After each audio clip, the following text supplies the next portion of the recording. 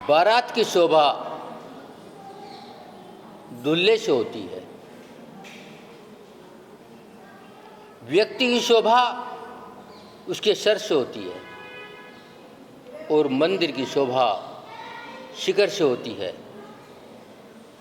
मानव की शोभा ब्रह्मचर्य से होती है। आचार्य कहते हैं आजीवन का ब्रह्मचर्य उन मुनियों से श्रेष्ठ है जो मुनि संसार देख कर भुगते हैं के बाद निपटे हैं। बेशक पद ज़्यादा हो मगर श्रेष्ठता की गिनती में जो बाल ब्रह्मचारी आजीवन ब्रह्मचर्य का पालन करता है वो श्रेष्ठ है। ब्रह्मचर्य का अर्थ है जो अपनी आत्मा में विचरण करे, उसको दूसरी भाषा में ब्रह्म कहते हैं, अच्छा परमात्मा भी कहते हैं। आज तक परिग्रह परिवार आदि को संभाला है मगर आज का दिन अपने परिणाम को संभालने का है। मगर आज तक हमने सत्ता का, संगठन का, समाज का संरक्षण किया है मगर आज अपनी आत्मा का संरक्षण करना है। आचरण की जरा विचार करो। सोना की लंका में रहने वाला रावण कितना ज्ञानी, कितना विद्वान और कितना शक्तिशाली, मगर अपनी वासना पर कंट्रोल ना कर सका। जबकि रावण के पास 18,000 रानियां थी, उसके बाद भी सीता पर आसक्ति हो गई।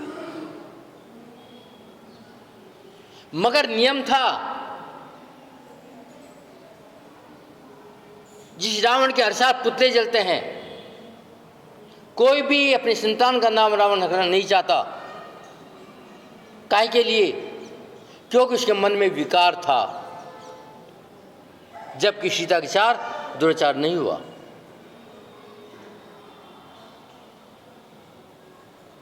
आचार्य कहते हैं जब सीता ने रावण को ललकारा और कहा शेर की मूंछ निकालने का प्रयत्न, नागिन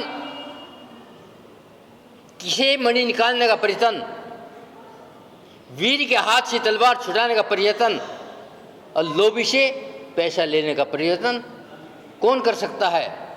संभव नहीं है। जब तक वो तो हे रावण सुन ले, जब तक मेरे शरीर में श्वास है तू मुझे छू नहीं सकेगा।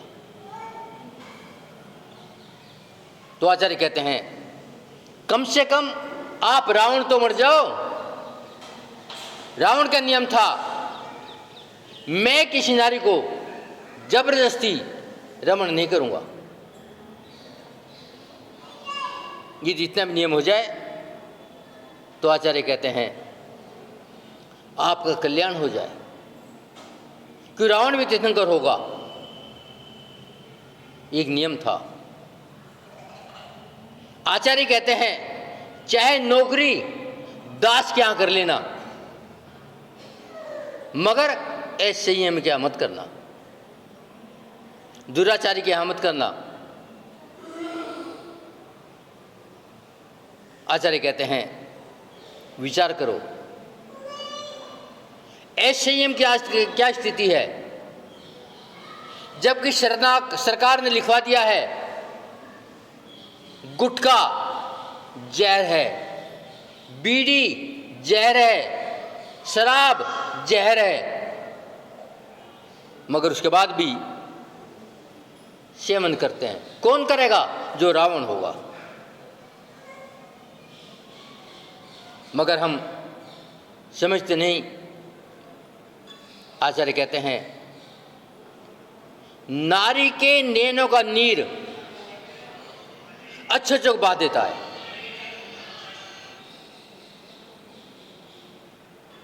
लेकिन जो उस नीर के आगे दृढ़ हो जाए, विवेक से काम ले, वो महान है।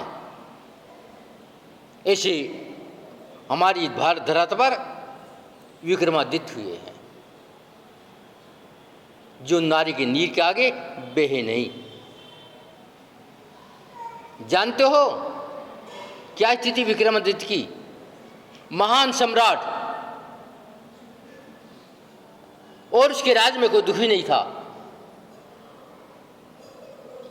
उसका नियम था कि जो दुखी हो डायरेक्ट राज में आओ, अपना दुख बताओ, दुख दूर हो जाएगा। तो विक्रमादित्य के राज में एक सुंदर सी महिला आई। वो भी विक्रमादित्य को कहा, महाराज आप सबका दुख दूर करते हैं, मेरा दुख दूर करो। विक्रमादित्य ने पूछा, क्या दुख है? उसने कहा, मेरे संतान नहीं है। विक्रमादित्य ने कहा, भगवान तेरी इच्छा पूरी करेंगे। फिर वो महिला कहती है, आप मेरा उद्देश्य नहीं समझे। मेरे पति में क्षमता नहीं है कि संतान पैदा कर दे, और मैं तुम्हारा कितना सुंदर पुत्र पैदा करना चाहती हूं। विक्रमादित्य समझ गए इसका लक्ष्य विपरीत है, ये धर्म से भ्रष्ट हो गई है। तो विक्रमादित्य ने कहा, मां कौन पाप में फंसे, तुझे मेरे जैसा पुत्र से, मेरी से आज से तू मेरी मां है, और मैं तेरे चरण छूता हूं और प्रतिज्ञा करता हूं जीवन भर तेरे पुत्र की तरफ मैं सेवा करूंगा। मगर आज स्थिति आप जानते हो, आज सीता का हरण करने वाला, जबकि करोड़ों करोड़ वर्ष बीतने के बाद भी नाम लेवा नहीं है, और उसके नाम पर अपनी संतान का नाम भी नहीं रखता। तो बंधुओं, विचार करो,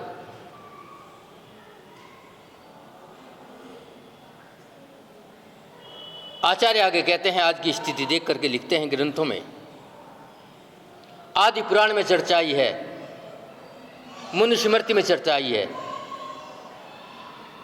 लिखा है, हे बेटियों ध्यान से सुन लो, ग्रंथों में 3 विवाह की चर्चा करी है। पहला देव विवाह,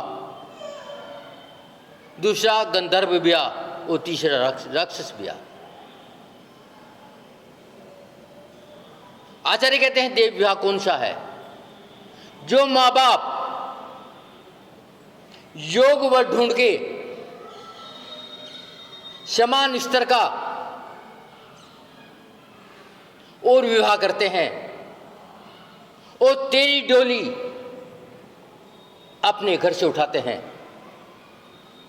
उसे देव विवाह कहते हैं। मगर जो भाग कर जाए,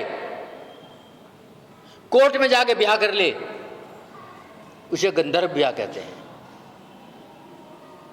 मगर जिसका हरण हो जाए, जो पहले दुराचार कर ले, बाद में कहीं जाके शादी कर ले, उसे राक्षस ब्याह कहते हैं। मगर आज ब्रह्मचर्य का दिन है, हमें जानना है कि ब्रह्मचर्य क्या है।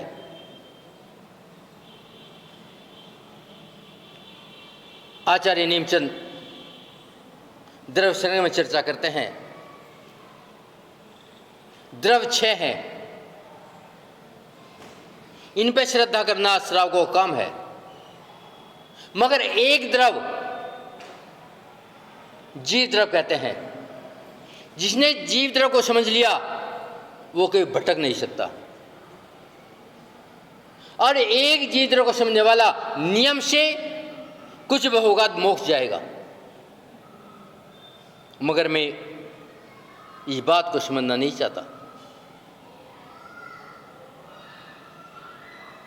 आचार्य कहते हैं,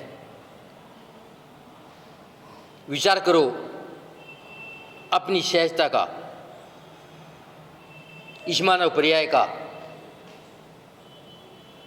आपने सुना होगा एक चकोर नाम का पक्षी होता है। चकोर पक्षी नक्षत्र क्षेत्र में जब बूंद, बादल की पहली बूंद आती है, वही पानी पीता है। उसके बाद साल भर तो कोई पानी नहीं पीता। मगर एक बालक अपनी माँ से कहता है, माँ मुझे प्यास लगी है। माँ कहती है, हमारी कुल परंपरा है कि हम स्वाति नक्षत्र का ही पानी पीते हैं, बाद में पानी नहीं पीते। मगर बालक कहता है, मुझे बहुत प्यास लगी है, मगर मैं बगैर पानी के जिंदा नहीं रह सकता। माँ के समझाने के बाद में चकोर नहीं माना। माँ ने कहा, ठीक है, तुझे पानी पीना है, चला जा मानसरोवर पर और अपनी प्यास बुझा ले। और वो चकोर पक्षी जो भी बालक था पानी पीने के लिए चल पड़ा। रास्ते में रात आई, एक बड़ के पेड़ के ऊपर आराम किया। उस वृक्ष के नीचे एक बहुत बड़ा व्यक्ति पड़ा था और अपने बेटे का इंतजार कर रहा था। मगर आज बहुत रात तक बेटा नहीं आया। अब बहुत देर बाद जब बेटा आया, उस बूढ़े ने पूछा, बेटा क्या कमा के लाया? जो बेटा कमा के लाता था, उसके बाद बूढ़ा और बेटा पेट भरते थे। बेटे ने कहा, आज कुछ नहीं लाया। क्यों? क्या बात हो गई? जैसे ही मैं जंगल से बाहर गया, एक घुड़सवार के हाथ से, झोली से एक थैली गिर पड़ी, उसको पता ना चला। मैं थैली उठाई, उसमें धन था। मेरे मन में विचार आया, जिसकी ये थैली गिरी है, कितना आकुल व्याकुल होगा। और मुझे खोजता रहा, मगर वो नहीं मिला। मैं घोड़े के पैर के निशान देख करके उस घर गया और उसकी थैली दिया। उसने खुश होकर कहा, लो थोड़ा इनाम ले लो। मैंने कहा, यदि इनाम लेना होता, थैली तो मेरे पास थी और मैंने इनाम नहीं लिया। ये बात उसने अपने बूढ़े पिता को बता दिया। पिता कहता है, यही हमारी कुल की परंपरा है। तो आचार्य कहते, आप भी जैन हो, वीतराग धर्म के मानने वाले हो, आपकी कुछ परंपरा होंगी, जिसे महावीर भगवान ने 5 पाप कहा है। कम से कम वो तो छोड़ दो। आज उत्तम ब्रह्मचर्य का दिन है। आज वासपुज भगवान का मोक्ष कल्याणक भी है। तो आचार्य कहते हैं, कम से कम कुछ ना हो सके तो इतना तो कर लो कि मैं अपने जीवन में 5 पाप में कोई पाप नहीं करूंगा। जब 5 पाप छोड़ोगे, ये दुराचार, ये भी विचार जीवन से समाप्त हो जाएंगे। मगर ये बात सुनने तक ठीक लगती है। आचार्य कहते, स्त्री 2 प्रकार की होती है, भाव स्त्री और द्रव्य स्त्री। जब तक दोनों प्रकार की स्त्रियों का त्याग नहीं होगा, या भाव पुरुष या द्रव्य पुरुष का त्याग नहीं होगा, जब तक आप मानव की श्रेणी में नहीं होंगे, जब तक आप जैनियों की श्रेणी में नहीं होंगे। आचार्य कहते हैं कि ब्रह्मचारी दो प्रकार के होते हैं। जो पूर्ण ब्रह्मचर्य निभा सकता है वो या तो 7 परमात्मा का नियम लेगा या सन्यासी बन जाएगा। मगर जिसमें शक्ति नहीं है और ब्रह्मचर्य रखना चाहता है, उसके लिए आचार्यों ने लिखा है वो विवाह कर लेगा, कि उसकी सीमा बंध गई। एक बांध होता है, जब बांध बनते हैं, सामान्य बहते हुए पानी में शक्ति नहीं है, और जब पानी इकट्ठा हो जाता है उसमें शक्ति होती है। मगर आपने देखा होगा बांध में एक दरवाजा लगाते हैं, जब पानी ज़्यादा होता है दरवाजा खोल देते हैं, नहीं बांध टूट जाएगा। यह विवाह भी एक बांध है। इसी आचार्यों ने संतोष धारा व्रत कहा है। पति हो या पत्नी हो, जहां मात पति पत्नी में विश्वास हो, बाकी संसार की सभी महिला मां बहन हो, संसार के सभी पुरुष भाई और पिता हो, आचार्य से ब्रह्मचर्य कहते हैं।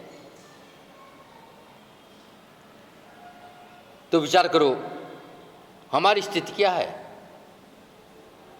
आचार्य बताना चाहते हैं स्पर्श इंद्रिय के चक्कर में हाथी की क्या दुर्दशा होती है। विशालकाय और अंकुश के नीचे आ जाता है। अब हाथी ना रहा। भोरा सुगंध के चक्कर में जो शीशम की लकड़ी में छेद कर सकता है, जो पाषाण में बीन सकता है, मगर सुगंध के चक्कर में फूल की सुगंध में बैठता है, राग के कारण बंद हो जाता है, मगर उस पत्ती को छेदता नहीं और सुबह हाथी का चबेना बन जाता है। आचार्य कहते हैं मां विषधारी नाग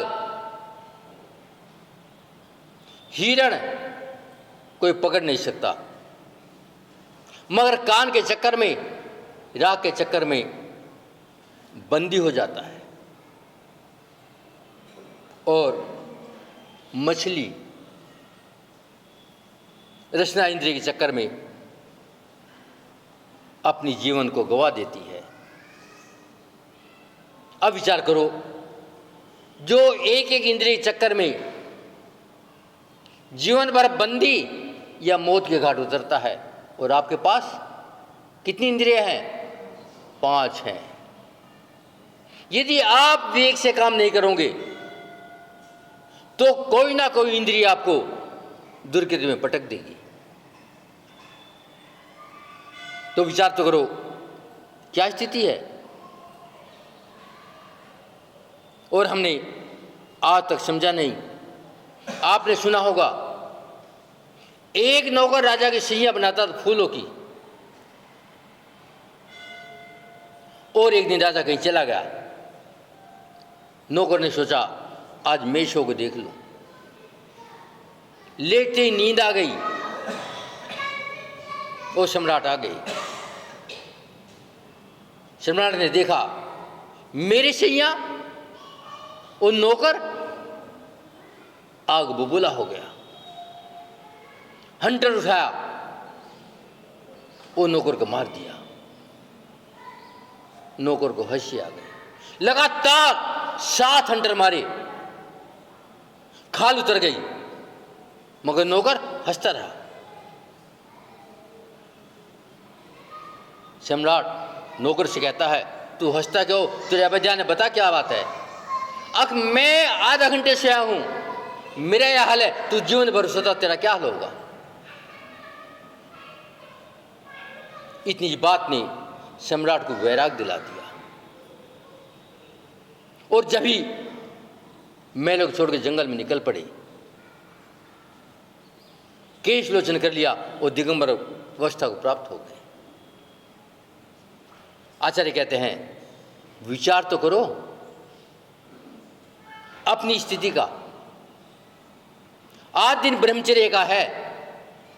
ब्रह्मचर्य का मतलब अपने आप में रमण करना। और मगर मैं इस शरीर में जिसमें 9 मलद्वार हैं, हर समय गंध बहती है, मात्र एक चमड़ी से ढका है और मैं आकर्षण को प्राप्त हो जाता हूं, तो क्या स्थिति होगी मेरी? हमने आज तक इस बात पर चिंतन नहीं किया। बस हर समय भाग दौड़, काहे की भाग दौड़ हमें पता ही नहीं। आचार्य कहते हैं आप मंदिर में क्यों आते हो? क्या रखा है? कभी विचार किया? मंदिर में अपने पाप छोड़ने के लिए आते हैं, मंदिर में आत्मा को परमात्मा बनाने के लिए आते हैं। मगर जब मंदिर ही घर से ज्यादा दूषित हो जाए तो पाप दूर कैसे होंगे? जब मंदिर में एसी लग जाए, मंदिर में पंखे लग जाए, मंदिर में कूलर लग जाए और मंदिर में घुसने से पहले पंखा खोल दो, तो विचार करो कितनी शुद्धि तुम्हारे अंदर आएगी, कितने कर्मों का क्षय होगा, कितने पापों की मुक्ति होगी। क्योंकि आपने मंदिर को घर बनाया है, आपने योग को भोग में डाला है। आचार्य कहते हैं घर के पाप मंदिर में दूर करने के जाते हैं और मंदिर के पाप कहां जाओगे? ब्रज लेप हो जाएगा, सुलटा ना सकोगे। आज जब पाप का घड़ा बढ़ जाता है तो पाप का भुगतान देने के लिए इस जीव को नरक में जाना पड़ता है, क्योंकि वहां कोई हिसाब किताब नहीं, मात्र पापों का भुगतान है। मगर मैंने बस जो सुन लिया वो सुन लिया। आचार्य कहते जब तक तुझे भेद विज्ञान नहीं होगा तेरा ब्रह्मचर्य का नियम नहीं पल सकता। आचार्य वसुनंदी मूलाचार में चर्चा करते हैं मात्र स्पर्श इंद्रिय ही ब्रह्मचर्य का कारण नहीं है। यदि ब्रह्मचर्य निभाना है तो आपको रसना इंद्रिय को कंट्रोल करना पड़ेगा। यदि आपका रसना इंद्रिय पर कंट्रोल नहीं है, आपकी स्पर्श इंद्रिय कंट्रोल नहीं हो सकता। ये आचार्य वसुनंदी मूलाचार ग्रंथ में कहते हैं। अब विचार तो करो क्या स्थिति है। भगवती आराधना में आचार्य शिवकोटि कहते हैं गृहस्थ एक बालक है, बालक निर्विकार होता है, मगर जब यौन को प्राप्त होता है उसका अपने पर कंट्रोल नहीं होता तो मगर व्यसन छोड़ सकता है, पाप छोड़ सकता है और वे संतोष धारा व्रत ले सकता है। मगर बालक जब होता है मिट्टी के खिलौने में खेलता है, मिट्टी का रेत का घर बनाता है, मगर देखते देखते टूट जाता है। वो समग्र दृष्टि कहता है ठीक है मैंने घर देख लिए हैं, इन्हें टूटता भी देख लिया, अब मैं इन भोगों में नहीं फंसूंगा। आपने तुलसीदास के बारे में सुना होगा, उसका विवाह आषाढ़ शुक्ल नवमी को हुआ था। उसके बाद सावन आता है और तुलसीदास की पत्नी मेरे घर चली जाती है, मगर आसक्त था। कैसे रुके? बरसात का महीना पहुंच गया, देखा कोई दरवाजा खुला नहीं था। दरवाजा खटखटाऊं तो सब पता चल जाएगा। एक खिड़की खुली थी और रस्सा लटक रहा था, उसके सहारे लेके चढ़ गया। जब पत्नी ने देखा, कहा, कौन हो? तुलसीदास, क्या हुआ, कैसे आए, ऐसे आए? उसने कहा, तो शर्म नहीं आई? जिसे रस्से समझा सांप है, देख ले, और जितना तुझे प्रेम मुझसे है उतना परमात्मा से कर लेता तो तेरा कल्याण हो जाता। और ये बात तुलसीदास को लग गई और वे वीतराग राम के भक्त हो गए। रामायण ने लिख दिया, अपना कल्याण कर गए। लेकिन मानव पर्याय एक उत्तम पर्याय है, मगर ये मानव अंधों की भांति एक महल में घूम रहा है और दरवाजे से पता नहीं। जब पाता है खुजा लग जाती है, मच्छर काट लेता है, मक्खी आ जाती है, वो दरवाजा निकल जाता। अनादिकाल से स्थिति है इस जीव की। तो आचार्य कहते हैं, विचार तो करो क्या हाल है। जब इतिहास उठा के देखते हैं, उसमें दृष्टांत आता है, दोनों ही राम के प्रति आसक्ति थी, दोनों ही राम को चाहती थी, मगर भेद कितना था। सीता ने राम को परमेश्वर के रूप में माना था और शूर्पणखा ने मात शरीर की सुंदरता देखी थी। तो विचार करो, आज शूर्पणखा का नाम कौन रखना चाहता है और सीता का नाम कौन नहीं चाहता? आचार्य कहते हैं, सीता पर रावण भी आकर्षित था और लक्ष्मण भी थे, मगर भेद कितना था। लक्ष्मण सीता को मां मानता था और रावण शरीर चाहता था। एक तीर्थंकर बनने वाले हैं, एक नर को मार खा रहे हैं। तो आचार्य कहते हैं, जरा विचार करो, ये दोष आज की शिक्षा का है। पहले जब पढ़ाते थे मास्टर, ऐसे अरिहंत पढ़ाते थे और गैसे गणेश पढ़ाते थे, मगर आज क्या पढ़ाते हैं मालूम है आपको? गैसे गधा पढ़ाते हैं। तो विचार करो, लगता है आज पढ़ने वाले भी और पढ़ाने वाली गधे की बुद्धि के हैं।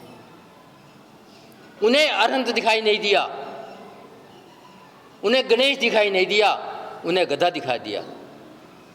अरे गैस गधे में दो शब्द होते हैं, गे और गधा। गे का मतलब गलत और धा का मतलब धारणा। जिनकी धारणा ही गलत हो, कैसे उद्धार होगा?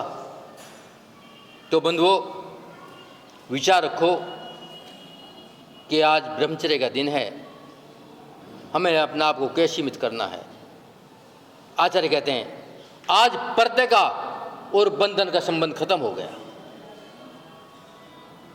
नारी की जीवन निकल गया है और ये स्वतंत्रता के नाम पर स्वतंत्रता कुल महिला ने पकड़ी है। जब तक नारी के पास पर्दा और बंधन था, नारी को देवी माना जाता था, नारी की पूजा होती थी, नारी वेदी में बैठती थी। माँ जब से बंधन समाप्त करा और स्वतंत्रता के नाम पर स्वतंत्रता ले ली है, और इस दौड़ में नारी पीछे नहीं है। और आज नारी की इज्जत कितनी है कि छिपी नहीं है। मात भोग और विज्ञापन की सामग्री बनी है। हर पैकेट के ऊपर नारी की तस्वीर होती है, क्योंकि विज्ञान पर काम नारी कर रही है, भोग का काम नारी कर रही है। एक कठपुतली बन गई है। आपने कठपुतली आखिर देखा होगा, अब तो रिवाज खत्म हो गया है। जैसे मदार नाचता वैसे ही नाचती है। ये स्थिति आज समाज से दूर नहीं है। समय आपका होता जा रहा है। वैसे कोई बात नहीं, संडे भी है, अब पूरा दिन में निकालना भी है, लेकिन भैया बाद में मुझे कहूँगे महाराज कहाँ से आके धरे गए, अपने कमरे में जाके बैठो, हमने कमरा दे दिया था। आचार्य कहते हैं पुण्य के प्रताप से पाप का गड़ा फोड़ दो, आत्मा के जोरी बनकर कांच कचरा छोड़ दो, हो जाएगा शीघ्र कल्याण तुम्हारा, बस एक बार प्रभु से नाता जोड़ लो। यदि आपको अपना कल्याण करना है तो आचार्य कहते हैं बस दो ही रास्ते हैं, या तो साधु बन जाओ या संतोषधारा व्रत धारण कर लो। और यदि आपको संतोषधारा व्रत नहीं है तो निश्चित रूप से आपकी गति वही होनी है जो नरक में होती है। आपने अपने जीवन को नरक बना दिया है, चाहे यहाँ हो चाहे वहाँ हो। और ये उत्तम कुल, ये माने पर्याय बात बात मिलने वाली नहीं है। और एक बात छूट गई, दोबारा मिले या ना मिले ये भी जरूरी नहीं है। लेकिन कूलर काव्य ग्रंथ में चर्चा आती है, मानव चाहे कितना भी श्रेष्ठ हो जाए, महिला चाहे कितनी श्रेष्ठ हो जाए, मगर यदि पर स्त्री या पर पुरुष के साथ है तो आचार्य कहते हैं उससे बुरा हाल हो नहीं सकता। आपने शेष सुदर्शन का नाम सुना होगा। पाटलिपुत्र का सबसे सुंदर व्यक्ति था, धनवान था, रूपवान था, मगर विवेकवान था। रानी ने क्या का उपसर्ग नहीं किए, नंगा कर दिया मगर टस से मस न हुई। सोचा है संसार विचित्र है, मगर सोना ही कसौटे पर कसा जाता है, चलो मुनि बनते हैं। और शेष सुदर्शन दिगंबर संत हो गए। दिगंबर संत होकर के शमशान में ध्यान के लिए बैठ गए, मगर ये रूप एक उसके ऊपर उपसर्ग बनकर आ गया। एक वैश्य ने देखा, रूप पर मोहित हो गए। और नहीं जाने कितने कितने उसने अपने रूप बनाए मुनि को आकर्षित करने के लिए, मगर पाटलिपुत्र शेष दर्शन महान थे, विचलित ना हुए। अंत में वेश्या ही विचलित हो गई और महाराज के चरणों में झुक गई। उसने आजीवन के लिए ब्रह्मचर्य का नियम ले लिया था और आर्य का माता बन गई थी। आचार्य कहते ये है वीतराग धर्म, यह है निर्ग्रंथता। मगर मेरी स्थिति क्या है कि ये चूकी नहीं है। तो बंधुओं, आपने छत्रपति शिवाजी के बारे में सुना होगा। एक बारी की घटना, छत्रपति शिवाजी की सेना युद्ध के लिए लड़ी और कल्याण राज के नरेश श्री युधिष्ठिर उसको हरा दिया गया। जब युद्ध जीत करके छत्रपति शिवाजी की सेना आई तो छत्रपति ने पूछा, क्या लाए हो? जो छत्रपति के सेनापति ने कहा, बहुत उत्तम चीज लाए हैं। और उसने कल्याण राज नरेश की पुत्रवधू पेश कर दिया। और क्या है आपके लिए? छत्रपति शिवाजी ने कहा, क्या आपको शर्म नहीं है? ये भारत की धरा है। यदि ये कल्याण नरेश की पुत्रवधू तो मेरी पुत्री है, और आज से मेरी पुत्री नहीं, पूरी राज की पुत्री है। और इसे पुत्री के सम्मान के साथ में विदा किया जाए। ये थी भारत धरा। और आप तो वीतराग धर्म के अन्यायी हो,